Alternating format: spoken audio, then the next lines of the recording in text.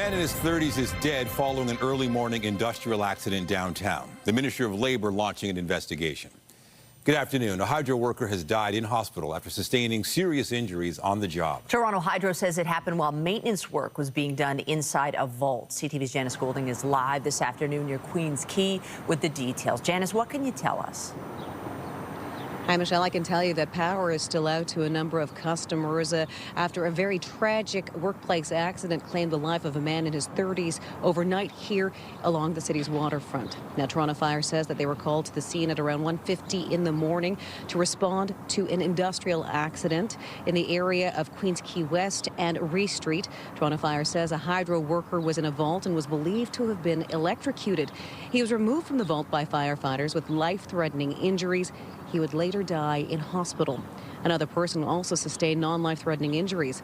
Responding crews immediately shut power off in the vault, cutting off power to what we were told was about 800 customers, a situation that persisted overnight and into the morning. In a statement this morning, Toronto Hydro wrote, "We can confirm that we experienced a tragic workplace incident early this morning while our crews were completing planned maintenance inside a vault in the York Street and Queens Quay area. We're deeply saddened to share that this incident resulted in a loss of life." Toronto Hydro is fully cooperating with the Ministry of Labor, training and skills development, and we are focused on supporting the workers' family and our employees through this difficult time. The Ministry of Labor, meanwhile, issued its own statement this morning saying it was reported that a worker came into contact with live wires, resulting in fatal injuries.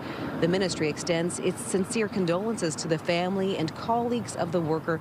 Ministry inspectors have been assigned to the scene and are currently on site. Now, at last check, which was about 5 minutes ago, Toronto Hydro's website indicated that there was still a power outage to anywhere between 1,000 and 5,000 customers in the area. And while we were originally told that this would be resolved by the noon hour, it is currently saying that the time of resolution is to be determined. Reporting live from Janice Golding, now back to Michelle and Nathan. Thank you, Janice. And last night in Scarborough, crews were able to knock down a 2-alarm residential fire. This broke out after 11:30 at a home on White Heather Boulevard near Finch and McCowan. The flames spread to a neighboring property before they were put out. Toronto Fire reported major damage to the home's roofs, but no injuries. The cause is under investigation. An Ontario court is hearing more witness testimony today in the trial of 2 people accused of killing a police officer. OPP Constable Greg Pritchalo was shot in December 22 while responding to a car in a ditch near Brantford. The Crown prosecutor told jurors yesterday that Pritchalo's body camera captured the moment he was killed. Jurors are expected to hear from witnesses that the 2 accused sped off in an allegedly stolen car, leaving Pritchalo lying on the road. Randall McKenzie and Brandy Stewart Sperry have pleaded not guilty to first-degree murder. Still ahead on CTV News at noon, a series of meetings are being held today at all levels of government, all talking Trump tariffs. Toronto's Mayor Olivia Chow is in Washington alongside other mayors from Canada, the U.S., and Mexico. We'll have more details coming up a little later in the newscast. We turn now to a major developing story overseas. A powerful earthquake struck Myanmar and neighboring Thailand, killing at least 150 people. The 7.7 magnitude quake hit at midday and was followed by a strong aftershock. The full extent of casualties and destruction is not yet clear, but most of the deaths occurred in Myanmar, where there is extensive damage. More than 700 others were injured. In Thailand, search and rescue efforts are underway after a building collapsed in the capital city of Bangkok, which has been declared a disaster area to facilitate a response to the earthquake. And CTV's Renee Rogers joins me now with more details. Renee, what is the latest on this? Yes, Nathan. Hi. As you mentioned there, we can now confirm at least 150 people are dead after that 7.7 magnitude earthquake struck in Myanmar. We have found out that 144 people have been confirmed dead in Myanmar, and then at least 8 people have been confirmed dead in neighboring Thailand, in the capital city there of Bangkok, where we are getting stunning and horrifying video of the damage caused after a high-rise building under construction collapsed during that quake. Dozens of people feared buried underneath. Now, as for the deaths, we know, according to local reports, that 2 of them at least were construction workers who were working on that site when the building collapsed. There have been reports that 7 people were able to be rescued from the site of that damage, but just an absolutely chaotic scene on the ground as many high-rise apartment buildings had to be evacuated and people reportedly screaming as they watched other high-rises swaying back and forth during this powerful earthquake. I mean, not only is that there the earthquake, but there's also a civil war going on. How is that complicating rescue efforts? Yes, that is right, Nathan. So Myanmar, where the epicenter of this earthquake was, is right in the middle of a civil war. A military junta took over there in 2021. And ever since then, information has been tightly controlled at the best of times. Not only that, but we're hearing different rescuers talking about some of the challenges getting, to the different areas, the different regions that need help in Myanmar because of this war that has been going on. You're looking at some of the damage there to a historical building. There was also part of a royal palace that was damaged, as well as a 90-year-old bridge toppled over. And in Myanmar, a state of emergency has been declared in 6 regions and states. The rescue efforts and the cleanup efforts expected to take a very long time out from here, Nathan. All right, CTV's Renee Rogers with the very latest on the earthquake in Myanmar and Thailand. Thank you. You're welcome. Back here at home, let's take a live look at our city this afternoon as we head into the weekend. Definitely cloudy conditions. That sunshine from yesterday is gone as we anticipate some potentially troublesome weather on tap for later today and through the weekend. There is a special weather statement in effect. Let's bring in CTV's Lindsay Morrison for a look at the current conditions. And hey, it's early spring, Lindsay, and when the temperature hovers above and a little bit below freezing, then we get into this tricky stuff. It is going to be tricky, Michelle, especially around Toronto. We could straddle that freezing mark a couple of times here, which brings potential for rain or for freezing rain. We are under a special weather statement, but areas of York region, Durham region now under a freezing rain warning. And you can see just how widespread that warning is now. We're starting to get a little bit of snow in through eastern sections of Ontario. We've got some rain pushing into Windsor. All is dry for the time being here in the GTA. It is cloudy, though, and we can expect those showers to begin this afternoon. Risk of freezing rain begins this evening. Winds today are coming out of the east. They're much lighter than they've been the last couple of days. We're at 3 degrees right now. We're really not expecting to warm up all that much from here. In fact, the temperature will fall to about 0 overnight tonight. And again, risk of freezing rain is going to be there throughout this weekend. Potential for an ice storm outside of the GTA. We'll tell you everything you need to know when it comes to your weekend weather coming up. For now, though, Nathan, I'll send things over to you. Right. Thank you, Lindsay. With Canadians facing even more tariffs, Mark Carney had his first phone call with the U.S. president this morning since becoming Prime Minister of Canada's caretaker government. Trump later posted this on Truth Social saying, "I just finished speaking with Prime Minister Mark Carney of Canada. It was an extremely productive call. We agree on many things and will be meeting immediately after Canada's upcoming election to work on elements of politics, business, and all other factors that will end up being great for both the United States of America and Canada. Thank you for your attention to this matter, and we're hoping to get more details later this afternoon when Mark Carney is scheduled to speak in Montreal." Yesterday, he offered a preview of what he'd be speaking about with the president. Last night, the President of the United States reached out to schedule a call. I appreciate this opportunity to discuss how we can protect our workers and build our economies. I will make clear to the President that those interests are best served by cooperation and mutual respect, including of our sovereignty. Before his appearance in Montreal, Carney is scheduled to take part in a virtual meeting with Canada's premiers. Now, that meeting will focus on Canada's response to the automotive duties announced this week by Donald Trump. And Premier Ford's expected to take part in the meeting with Prime Minister Carney and other premiers. CTV's Queen's Park Bureau Chief Siobhan Morris is live with all the details. Siobhan. So you've heard how the U.S. president qualifies his call with the Prime Minister. Mark Carney will surely fill in all the premiers about how it went from his perspective and whether it changes the game at all about what is coming next week. As you mentioned, this meeting called on back-to-back Fridays, this time to talk about incoming auto tariffs, what the plan is for retaliation. Doug Ford had to dip out of an event here in Brampton. He was here to turn the soil, break ground on an incoming new hospital for the city of Brampton, something that's been in the works for years now. He acknowledged that he'd have to leave early to participate in this very important call, but there is much more discussion on the tariff front today. Toronto Mayor Olivia Chow is in Washington with other mayors from across Canada, the United States and Mexico, also putting their heads to talk about tariffs. We heard from her about the damage this will do to economies on both sides of the border. Here's more what we heard from those leaders this morning. I know I'm getting off topic, but my message to Mr. Lutnick the other night when he called, Canada's not for sale. We'll never be a 51st state, and we're going to fight like we've never fought before. This tariff business, totally senseless, I don't like, hurtful, have just stopped everybody in its track. Yeah. And it's going to hurt. It's going to hurt the cost of living of Americans because it means the gasoline price is going to go up, grocery price is going to go up, housing price is going to go up, everything is going to go up. Like, why?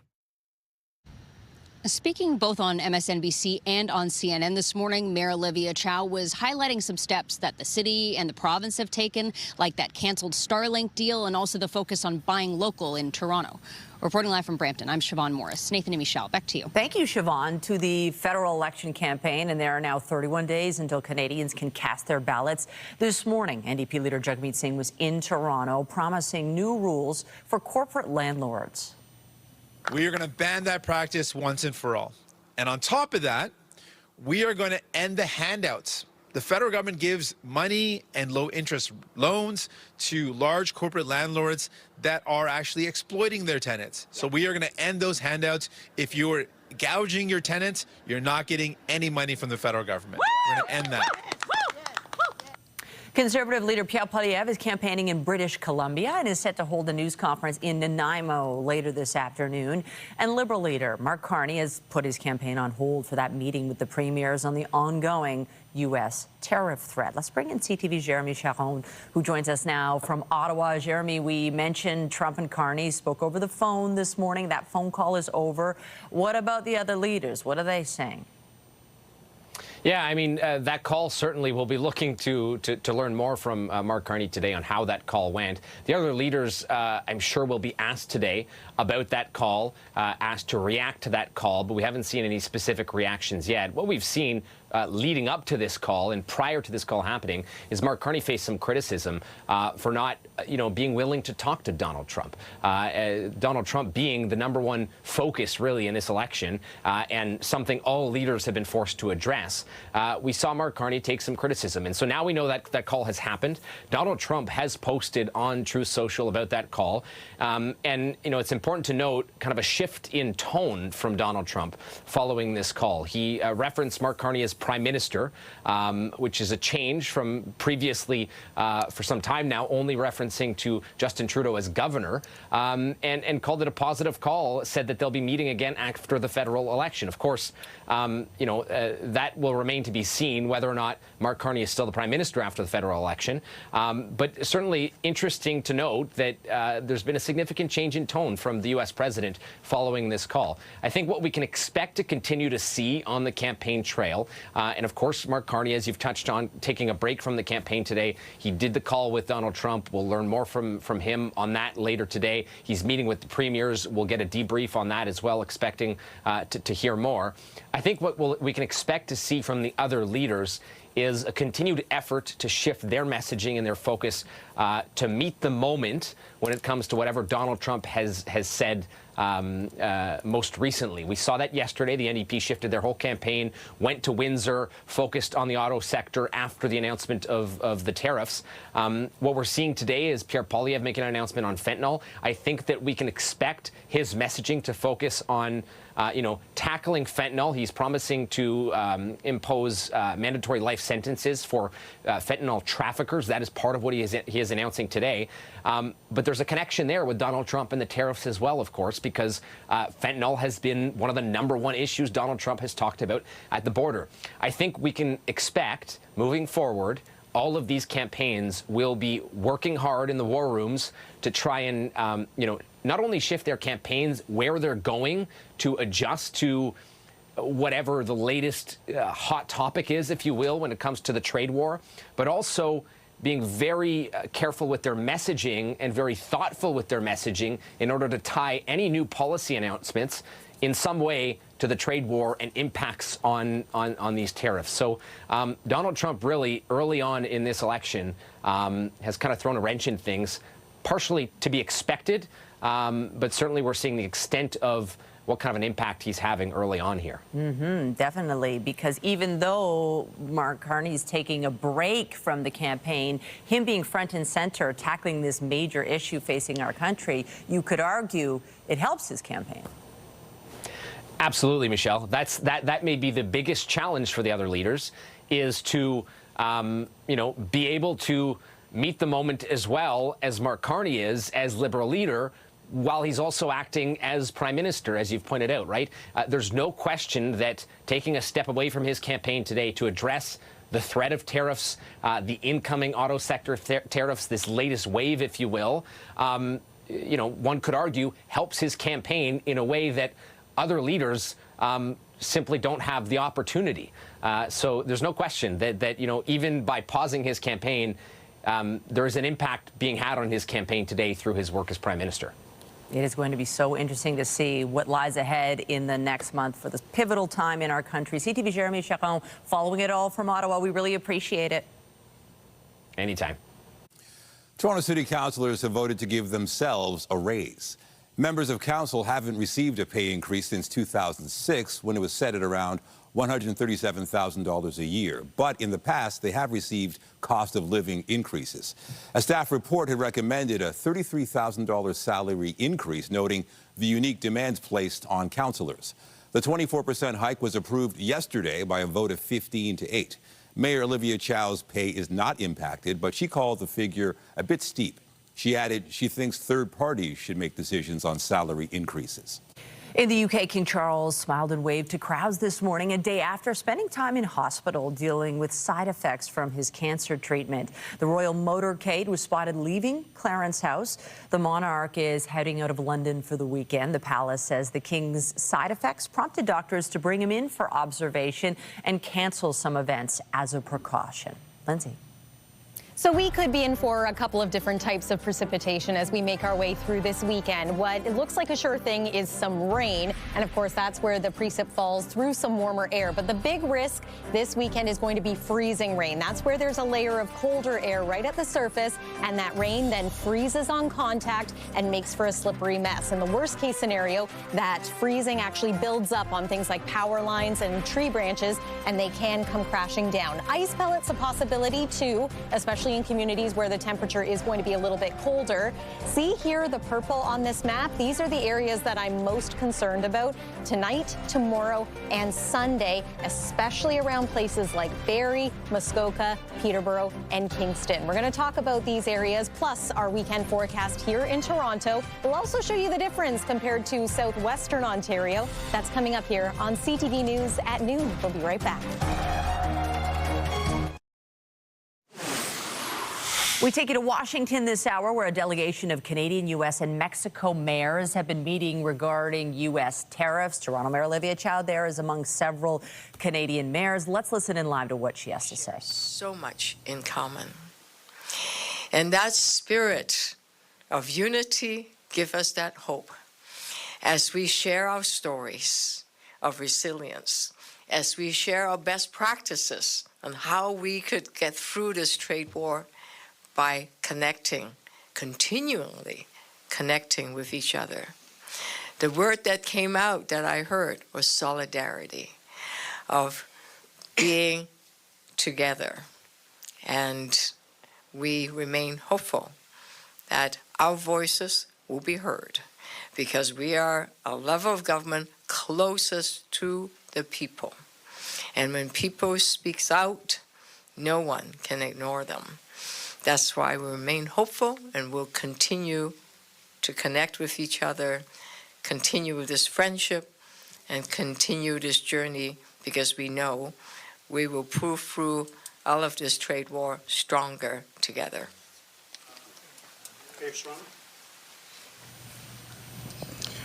Muchas gracias.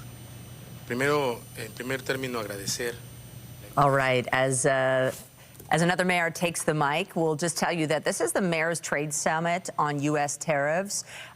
Certainly, while U.S.-Canada relationships are strained, this situation, the risks to not only Canada but Mexico, has really had a unifying effect. And you've got Canadian mayors, including Windsor's Mayor Drew Dilkins, and 8 Canadian mayors right now are taking part. And Mayor Olivia Chow earlier today was talking on U.S. networks as well, just trying to send the message that these tariffs are a bad idea for both countries. We will leave it there, but we'll continue to follow this developing story. There's no telling where the tariff situation will go in the days ahead. But as far as the weather, maybe a bit more predictable. However, I got to say, I've never seen a forecast so odd where Windsor is going to get 22, according to some degrees. of these. Yeah, I'm thinking maybe I'll go to Windsor for the weekend, right? As opposed to what we're going to get. Yeah, so it's going to be very mild across southwestern Ontario. That's a big difference compared to eastern sections of the province and even here in the GTA. And temperatures play such a big part of the forecast when we're talking about freezing rain. It's difficult to forecast anyway, and then you get a situation like this, a boundary separating the warm air and the cold air, and we're right there, right at risk of seeing some colder air and hence some freezing rain. In fact, it's looking a little more likely today than it was even yesterday. Weather is brought to you by the Presler Law Firm Injury Lawyers. You don't pay unless they win. Competing temperatures and then precipitation on the way. What you're seeing right now is footage from Edmonton, Alberta yesterday. Why is this important? Well, the snow that's been falling there and in parts of Saskatchewan, Manitoba, and now northwestern Ontario, this is all part of the same first system that's going to impact us here in the lower Great Lakes. Less of a concern for us is snow. More of a concern for us here locally in the GTA is freezing rain. And we're also expecting just some plain rain, if you want to call it that. And there could be a pretty significant amount of it. So flood concerns in some areas as we make our way through this weekend, already getting some light snow in eastern sections of the province. But this is the big one. Freezing rain warning in place around Georgian Bay, north of Toronto in York region, east of Toronto in Durham region, extending right through the Ottawa Valley, impacting Kingston and Peterborough. Big concerns in your neck of the woods this weekend, too. Here's why. We're looking at really one round after another of moisture, rain, freezing rain possibility, and snow a little bit further to the north. Let's talk timing first. So there's late this afternoon, 4 p.m. We're expecting some showers to begin. First risk of that freezing rain looks to come a little later in the evening. We'll say 7, 8 p.m. Overnight, big concerns again in through eastern sections of Ontario, Parry Sound to Peterborough to Prince Edward County. We'll get a little bit of a dry slot here in the GTA, but the wet weather will be back. There's midday tomorrow into Saturday night and early Sunday morning. I'm concerned once again about the risk of freezing rain here locally in Toronto. If you do have any travel plans this weekend, you'll want to consider slick road conditions.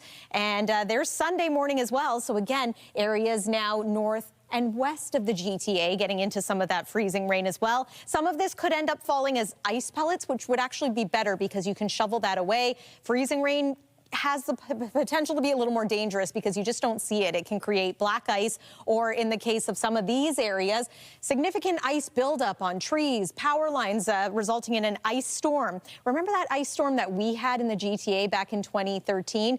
That was about 30 millimeters of ice, and it's looking very similar in some areas too. Then, of course, there's all this rainfall. Again, some of this could fall as freezing rain as opposed to rain.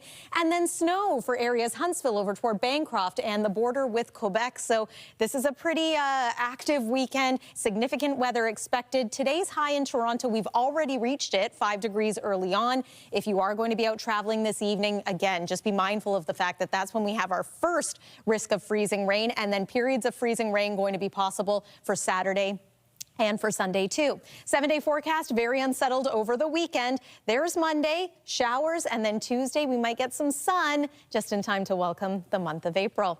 That's the weather for now. Nathan, over to you. All right. Thank you, Lindsay.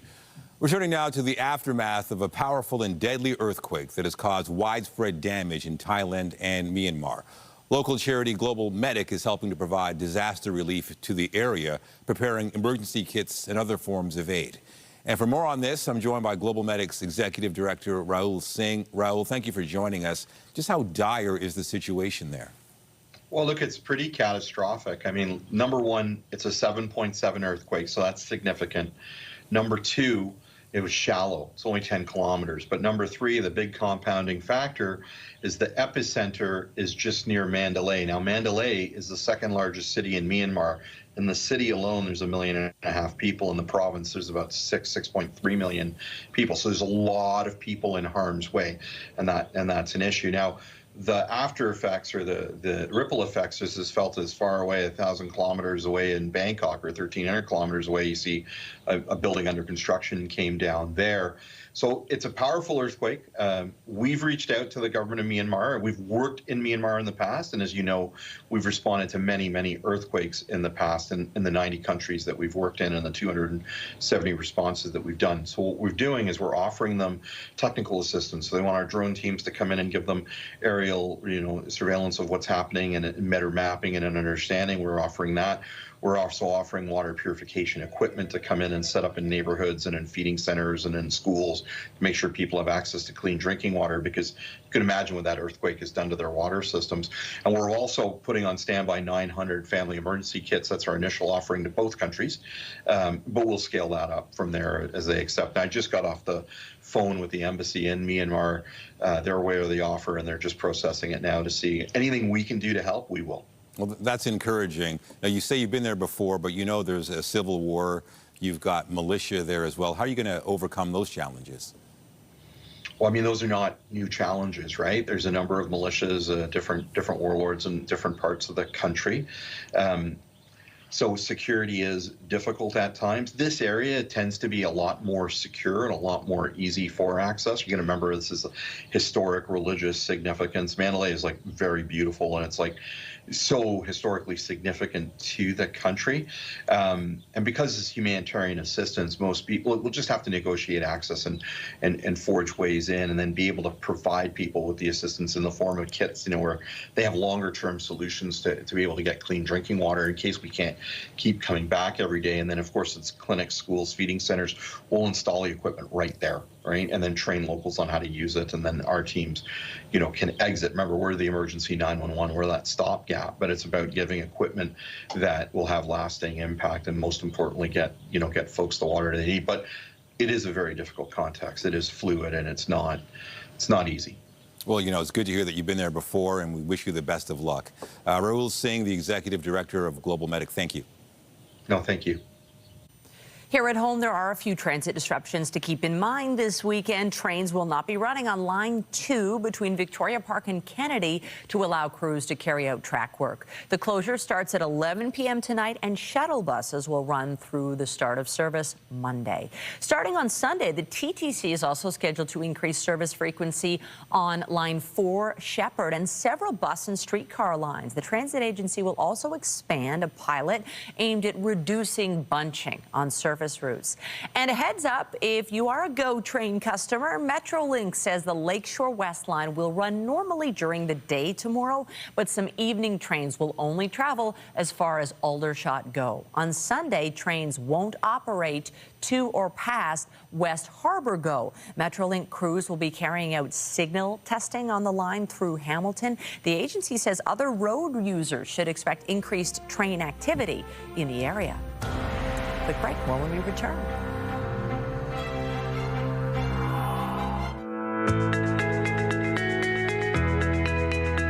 The Princess Margaret Home Lottery early bird prize deadline is midnight tonight. Joining me now is Ramona Oz from the Princess Margaret Cancer Foundation. And Ramona, I know everybody loves the early bird prize. That's right.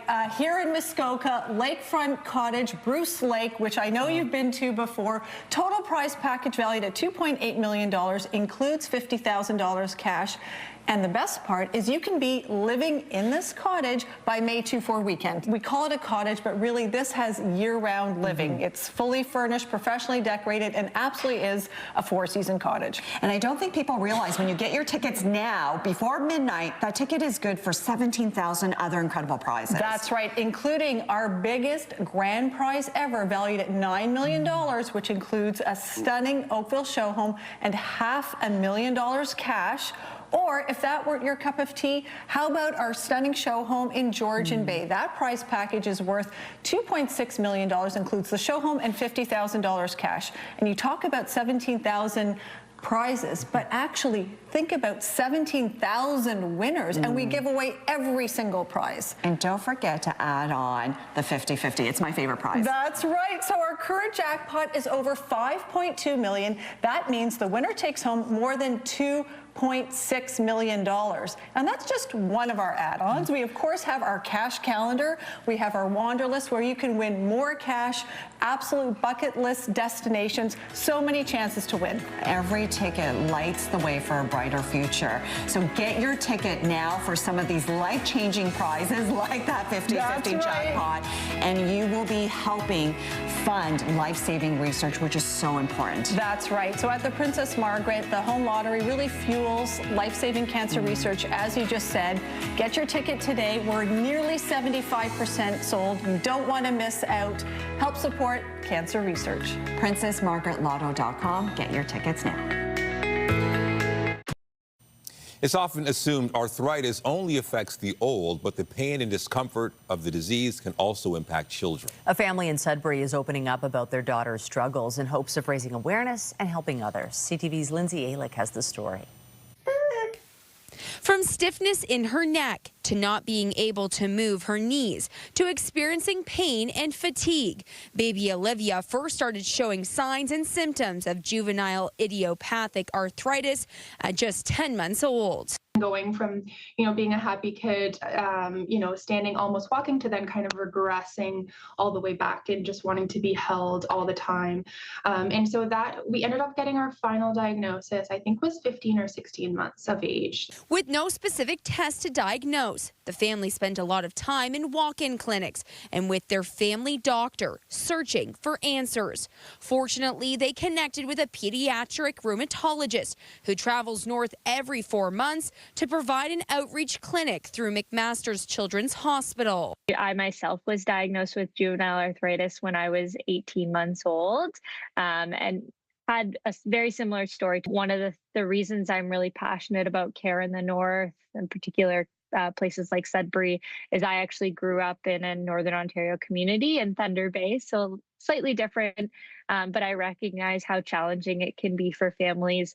Through proper treatment, not only is Olivia walking again, her mother says the 2.5-year-old is truly thriving. We know that this disease can have a lot of periods of, remission and then worsening and flare-ups, and we don't really know where we'll be heading in the direction that we're going. But right now, I mean, she's doing so well. March is Juvenile Arthritis Awareness Month, and both women say it's important to shed light on the disease. We hear from a lot of families that they'll tell people in their community, whether it's family members or teachers or coaches, that their kid has arthritis, and they get a lot of like, your kid can't have arthritis. That's a disease for old people, which is absolutely not true.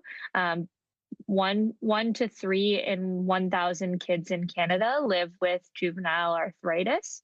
Data from Cassie and Friends shows that the autoimmune disease affects over 25,000 children in Canada, with many diagnosed between the ages of 2 to 4.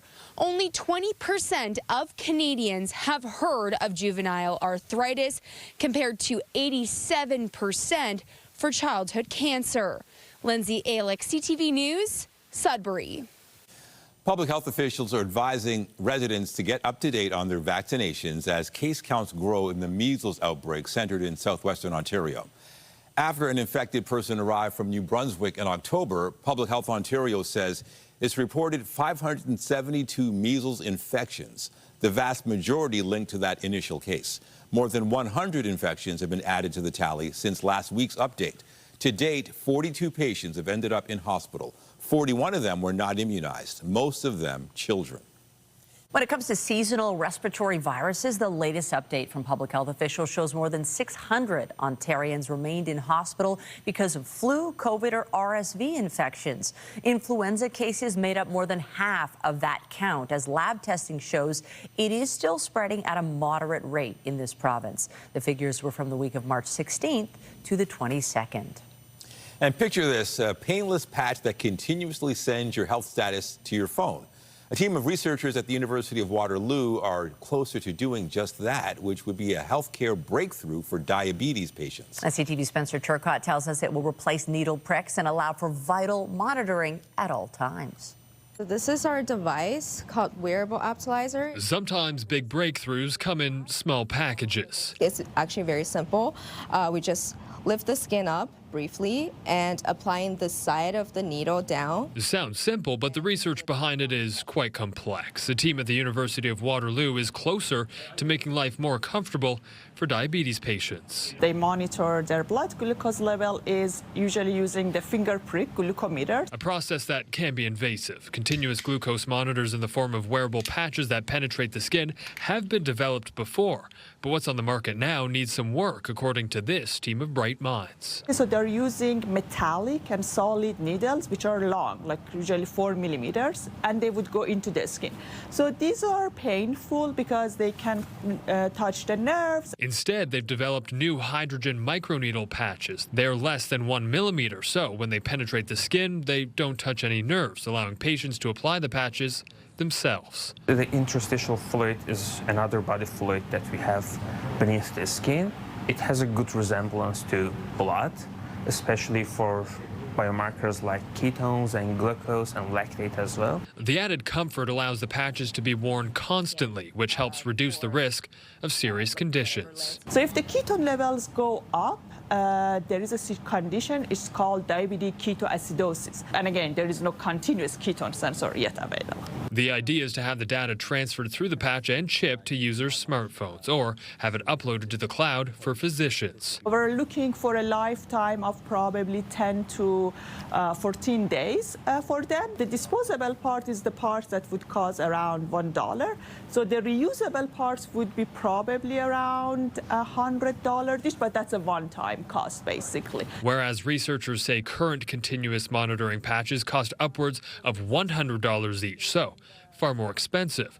This new and improved patch can be used for more than just diabetes patients too, thanks to help from McMaster University. Monitoring of lactates in athletes. So athletes, they need to monitor their lactates to optimize their performance. But currently, the way that they are doing, they need to stop their exercise, prick their fingers. To bring the technology to the market, the team recently launched a spin-off company called Aptech Health, a move they hope will change healthcare forever. Spencer Turcott, CTV News, Waterloo. Still to come, hoping to turn the page on tariffs. Why some bookstores fear the trade war could mean disaster for their business. That's next. Amid the trade turbulence with the United States, Canada's economy saw some solid growth to kick off 2025. Statistics Canada says real gross domestic product rose 0.4% in January, thanks largely to a boom in oil and gas and mining. Growth in the goods producing sector was partially offset by a slowdown in retail, but the agency is warning there are early signs that growth hit a wall in February as the Canadian economy braced for the full impact of U.S. President Donald Trump's tariffs. At the same time, a new report is linking economic uncertainty to dismal sales of new homes in the GTA last month. The Building Industry and Land Development Association says only 248 new single-family homes sold in February and 152 newly built condos. That made for the worst February on record for the sector, while nearly 22,000 units sat on the market untouched. Bild says instability related to U.S. tariff levels have further added to the reservations homebuyers already had. Bookstores say potential tariffs could spell disaster for their business. Books are on Ottawa's list of products that could be subject to 25% counter tariffs on American products. CTV's Connor Hogg has the details. Inside Magpie Books in Ritchie on this snowy day, tariffs are a hot topic of conversation. We never thought books would be added to a tariff list. Books are part of the list of items that could be subject to 25% counter tariffs in Canada's trade war with the U.S. The owners of Magpie Books say more than 50% of the books sold in Canada are printed in the United States. That includes books that are written by Canadian authors. That includes a lot of books that are written right here in Edmonton by Edmonton authors. The store could be forced to take on the extra cost or pass it on to customers. Some books could also become harder to find. Here's all the books on just our new releases table so far that I have picked up. And that's from about 30 seconds of looking. It's enough for the Canadian Independent Booksellers Association and Canada's largest bookstore, Indigo, to issue a joint statement asking the federal government to take book tariffs off the table, saying access to books is not a luxury, but a cornerstone of a democratic, educated, and compassionate society. It bothers me that books might suddenly increase in price a lot because reading is such an essential part of our culture and our society. For now, it's business as usual at Audrey's Books. Co-owner Steve Budnarchuk says he isn't worrying until the tariffs actually come into effect, but he is beefing up inventory in case prices change. There isn't much more we can do right now, and I'm trying not to lose any sleep over it. CTV News reached out to the Department of Finance. It says you can provide feedback on the proposed tariffs until April 2nd. Imagine increasing the price of a $40 book by 25%. That makes it pretty inaccessible to a lot of people. Local businesses hope other Canadians will weigh in too. Connor Hogg, CTV News, Edmonton. Boston Pizza, New York Fries, and Montana's are all franchises that have one thing in common. They're all Canadian businesses with American names. During this trade war, that's something those companies want to make clear. CTV's Stephanie Seco reports. It may be named after a state, but Montana's is 100% Canadian. I think a lot of the guests do know that we're Canadian, and we're really proud to be serving up Canadian barbecue, our ribs, our steak, and celebrating our 30th anniversary. It's a similar story for Boston Pizza, another all-Canadian brand. You know, I think we've always, because of our name, made an effort to let people know we're Canadian, and now we're just kind of tweaking that a little bit, whether it be locally or nationally through advertising within the store and outside our four walls. That comes at a time when Canadians are paying more attention than ever to the brands they support with their wallets amid the ongoing trade war. Any company that can right now should step up its Canadian message and step up its Canadian footprint, because I've never seen Canadian consumers ever like this in my lifetime. While there doesn't seem to be any confusion or impact to these businesses locally, some new questions have popped up. Where are your products coming from, and that sort of thing, and are you serving any American products, whether they be alcohol or food? And for the most part, pretty proud to say that almost everything we serve comes from Canada. The franchisees stress it's not just the companies that are Canadian, but the people who work there too. I've spent most of my adult life really nurturing this brand and this wonderful restaurant, and I think it's really important for people in my community and in my country to know that Montana's is an authentic Canadian brand and that we really are grateful for your support. Stephanie Seco, CTV News, Halifax. The Leafs kicked off their California road trip last night in San Jose. His shot scored. Tavares with the tip. The Leafs trailed by 2 in the final minute of the third, but John Tavares and William Nylander scored 45 seconds apart with the goalie pulled to tie the game at 5. Toronto had 6 shots in overtime but couldn't score and lost in a shootout. The Leafs take on the Kings on Saturday. As Canada, the U.S. and Mexico count down to the FIFA World Cup next year, Toronto has unveiled its host city poster. The city unveiled this design from Toronto-based illustrator Dave Murray. It was selected from a pool of more than 550 applicants in response to a design call back in the fall. Officials say the poster will represent Toronto on the global stage, and it was chosen because it captures the energy and passion that define both the city and the world's most popular sporting event. Fans will get a chance to check out the poster at tonight's Raptors game and tomorrow's Toronto FC game. Coming up, getting creative in outer space. A NASA astronaut has designed his own zero-gravity coffee cup so he can enjoy his morning brew. Details after the break. A cup of coffee that is out of this world. An astronaut is still finding a way to get his dose of caffeine in space. This is astronaut Don Pettit having his morning coffee on board the International Space Station. Pettit designed what he calls the capillary cup to work in zero gravity. Now, he says he wanted to get that coffee aroma, which you can't smell in the standard bag and straw version, normally given to astronauts. That looks way better. Yeah.